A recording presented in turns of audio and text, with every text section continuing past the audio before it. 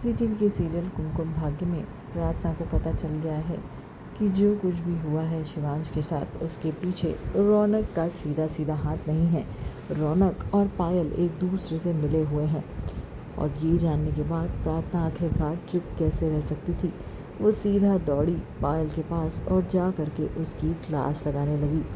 वो पायल से कहने लगी कि वो जानती है ये सब कुछ उसकी वजह से हुआ है और ये बात वो शिवांश को भी बहुत जल्दी बता देगी।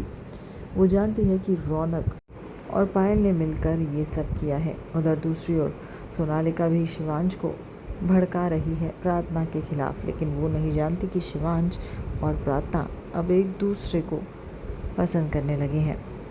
एक तरफ प्रार्थना है जो पायल को धमकी दे रही है, तो दूसरी तरफ सोनालिका पूरी तरह से ब्रेन वॉश कर रही है शिवांश का।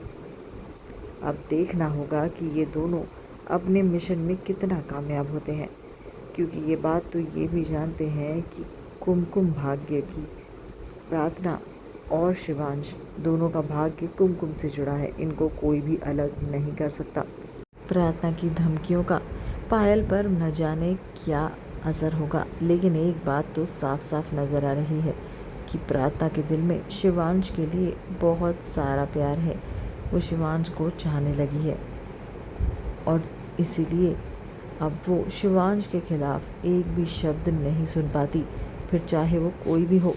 उधर दूसरी ओर शिवांश भी सोनालिका के मुंह से प्रार्थना के खिलाफ कुछ नहीं सुन पा रहा है। सोनालिका जो किसी भी हाल में शिवांश को पाना चाहती है, वो प्रार्थना के खिलाफ शिवांश के कान भर रही है, लेकिन शिवांश के कान पर जू भी नहीं रेंग रही, क्योंकि वो भी प्रार्थना पर भरोसा करने लगा है। ये भरोसे की नींव कब तक टिकी रहती है, ये देखना काफ़ी दिलचस्प होगा। फ़िलहाल तो अब हमें दिखाई देंगी सिर्फ़ और सिर्फ साजिशें, जो कि सोनालिका शिवांश और प्रार्थना को अलग करने में लगाएगी। इस सीरियल से जुड़े रहने के लिए please stay tune to our channel.